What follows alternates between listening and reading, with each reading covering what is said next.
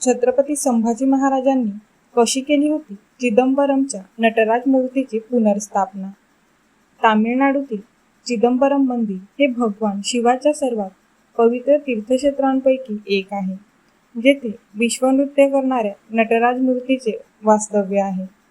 पण 1648 मध्ये विजापूर सल्तनतीच्या हल्ल्यादरम्यान मूर्ती काढून घेण्यात आली, ज्यामुळे जवळजवळ 40 वर्षे पारंपरिक विधिपद्धती बंद पडले।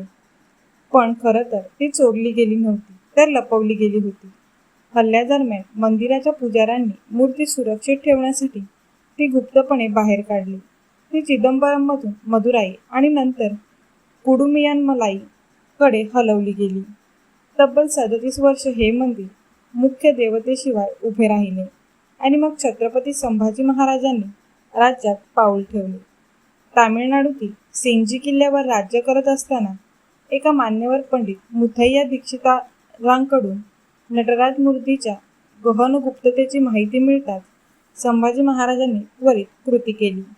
पुजाऱ्यांनी मूर्ती परत आणल्यावर संभाजी महाराजांनी तिची चिदंबरममध्ये भव्य पुनर्स्थापना केली। तामिळ ताम्रपटातील शिलालेख आजही हा क्षण चिन्हांकित करतो। ताम्रपटातील श्लोक आहे, सर्वधारी वर्षी नटराजाने चिदंबरमला सोडले आणि 37 वर्षानंतर कार्तिकेय महिन्यात परतले। तामिळगमचा एक विसरलेला महानायक। मजेदार गोष्ट म्हणजे संभाजी महाराजांच्या तामिळनाडू दौऱ्यातूनच सांबरचा जन्म झाला। तंजावरमध्ये असताना आमटी बनवली जात होती, पण स्वयंपाकघरात एक आंबटपणा देणारा घटक कोकम संपला होता।